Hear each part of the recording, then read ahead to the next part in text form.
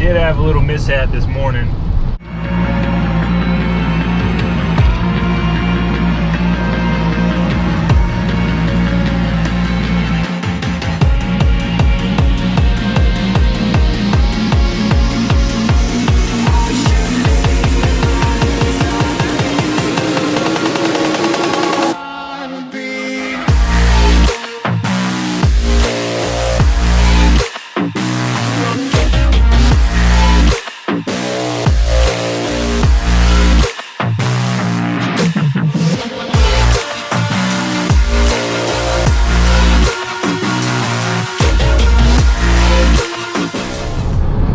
So we're on the way to Atlanta for the Repticon, January Repticon. January, look what I got on. Shorts, flip-flops, crazy. Just started raining, so hope that doesn't affect the crowd too much for tomorrow and Sunday, but you never really know. So we've been doing the Atlanta show now since we started the business, so I guess that was 6 years ago now. We've only missed one or two of them. Those were Cassie's fault, by the way, because she intentionally booked vacations on those dates. But anyway, hopefully it's a good turnout. Hopefully get to meet some people. I know there's been a lot of people, with this particular show say that they weren't able to purchase much, or didn't feel like they were going to be able to purchase much, but they were coming to hang out and coming to meet us, so that's kind of cool. Come out and support the shows, whether you have the money to buy something or not. Just come out, say hey, chit chat for a little while. This is our life. This is what we do. So snakes, talk about snakes all day.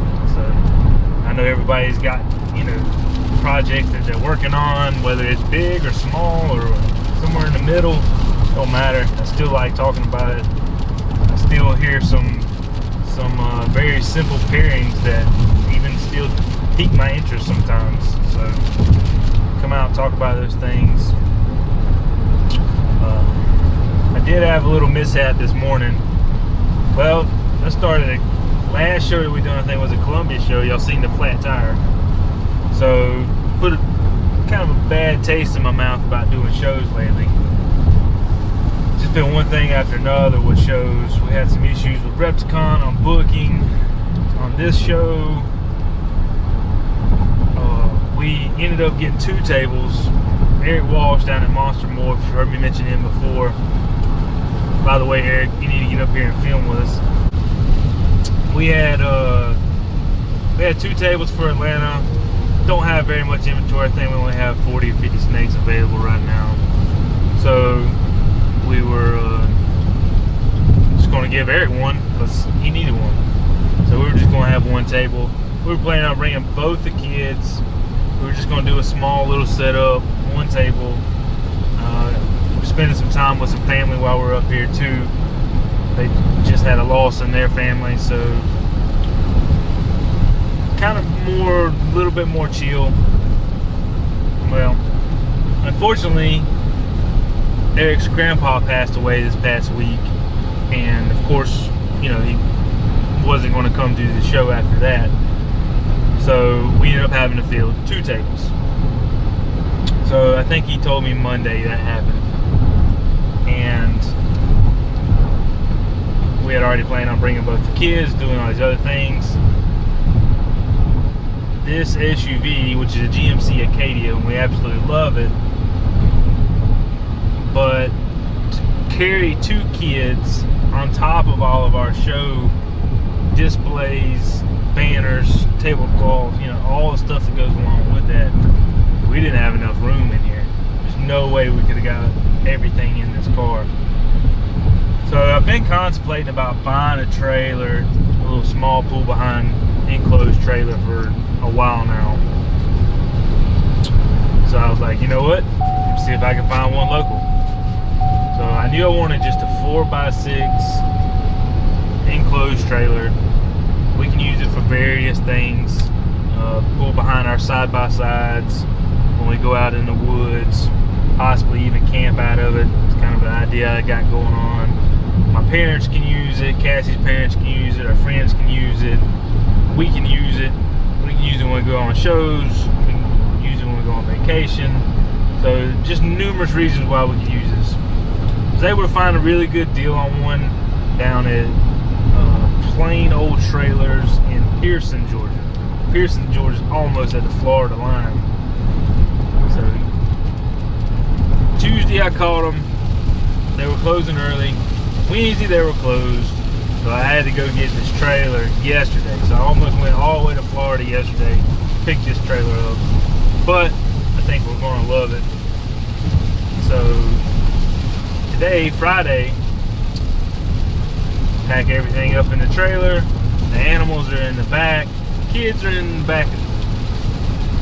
And we got plenty of room. So hopefully going to be able to pick up more cocoa than what I was able to pick up normally with this trailer. So a lot of various reasons why we need it. So you'll get some, you'll get another picture of it or video of it here in a little bit when we start unpacking, if it's not raining, or tomorrow, or Sunday, some other point. But anyway, so we spent money buying a trailer. So I'm pretty happy with it, excited about it. Well, I'm packing snakes this morning, and one of the snakes had been sitting in the water bowl. So I took it out, took a paper towel, wiped it off, put the animal in the display. My hands were still wet. I picked the display up, no, excuse me, I picked up one beside it that was still empty, thank God. Went to start putting snakes, you know, to move it, to start putting snakes in it. It slipped out of my hands, fell down. I tried to fix it. Couldn't fix it, the doors had popped off of it. Couldn't fix it, ended up getting mad. Threw it out in the yard, shattered it to a million pieces. So, I tell you guys, these shows are, people just don't really understand what it takes to do these shows. And we've spent a lot of money on displays and tablecloths and a trailer now. And luckily I had an extra display, so we were able to, you know, not lose anything from this Atlanta show on displays, but I did lose that cost, and that's a cost. Uh-oh, I see brake lights in front of us on the interstate. That's definitely not good. Turn the GPS on, and it appears that we come upon a crash. Once again, something else to deal with when going to these shows. So, I'll tell you guys, I feel like I need a little bit of feedback from maybe some of y'all. What do y'all think about the shows? I mean, are people still going to these things to buy snakes, to buy higher-end snakes, or is it turning into more of a, you know, like a pet thing? So I know during hatchling season, which is not right now, we have a lot of lower end snakes, sometimes under $100, under $150. Those things always sell at the show, and I feel like a lot of people are buying those as pets. That's great, you know, there's nothing wrong with that. We love meeting people that are keeping these things for pets. Not everybody has to be a breeder, but right now almost everything we have is $300 plus. And you know, are people still spending that kind of money at these shows? I mean, of course we sell some every now and again, but it seems like it's kind of tapering off. I mean, maybe some other breeders that are watching this, they can give me a little bit of feedback, see if I'm the only one that's seeing that or feeling that, or if you're just getting into the hobby. How do you feel about going to the shows? So the another thing is, what about, you know, the safety of the animals? Having to keep them heated, having to keep them cool. You know, there's a lot that goes into that as well, and you don't want the animals to get sick, or you don't want them to get mites, because Lord knows every show we go to, somebody's got mites on their table. So, you know, the preparation before we can even put them back in our racks, treating them for mites, another downside to doing shows. So maybe we can park under the bridge for a couple minutes. Y'all might be able to hear me better instead of talking over the ring. Oh, see, it's so much better. It's quiet. We'll just sit here till somebody honks. So, I don't know, guys. Give me some feedback. What do y'all think? So, we're gonna keep driving. We'll see you in a little bit.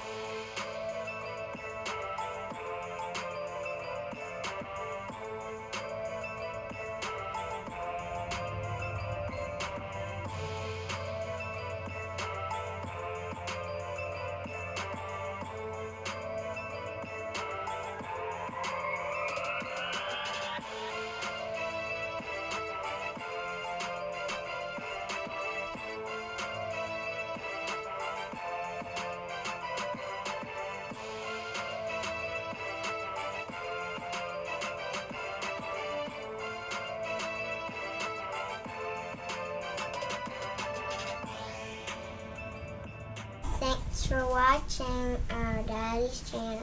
Make sure you subscribe.